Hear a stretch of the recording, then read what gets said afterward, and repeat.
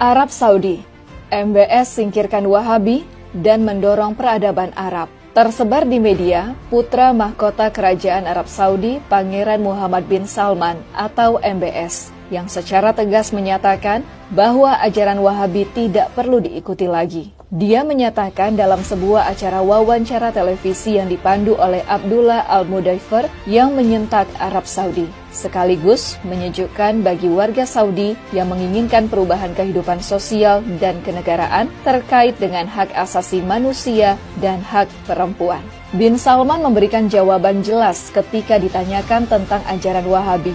بأنه النفط سوف يتكفل بكل احتياجاتنا في المملكة العربية السعودية.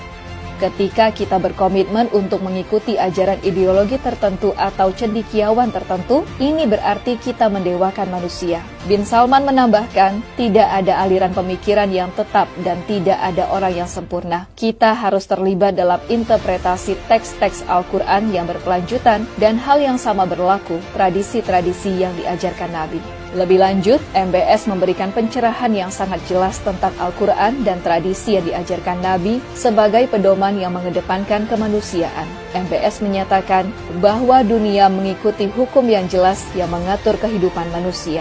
Peran kami para penguasa Saudi, kata MBS, adalah untuk memastikan semua hukum yang disahkan di Arab Saudi tidak bertentangan dengan kepentingan kita Arab Saudi, untuk menjaga keamanan dan kepentingan warga negara dan untuk membantu dalam pembangunan dan kemakmuran negara. Jadi, undang-undang disahkan berdasarkan prosedur tersebut dan harus sesuai dengan konvensi internasional. Kegelisahan Arab Saudi terhadap Wahabi dipicu oleh 3 kegelisahan. Pertama, hilangnya peradaban asli Arabia dengan berbagai fatwa Wahabi yang bertentangan dengan kemanusiaan. Kedua, oleh geopolitik internasional yang tidak lagi membutuhkan Wahabi. Ketiga, modernisasi dan internet yang mengubah pandangan warga Saudi sebagai warga negara. Khalid Al-Dakhil, sejarawan dan intelektual Arab Saudi menyebut dengan jelas, Wahabi mengajarkan orang Saudi menjauhi sejarah negara yang jauh lebih besar dari sekedar Wahabi. Khalid Al-Dakhil dalam podcast bersama Abdur Rahman Abu Mali menyatakan,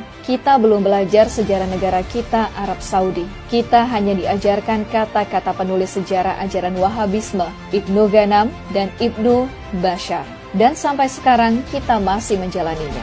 6 يناير أشبعوه الأمريكان كثير من الكلام. كلامهم صراحة ما قيل في الإعلام الأمريكي 6 يناير.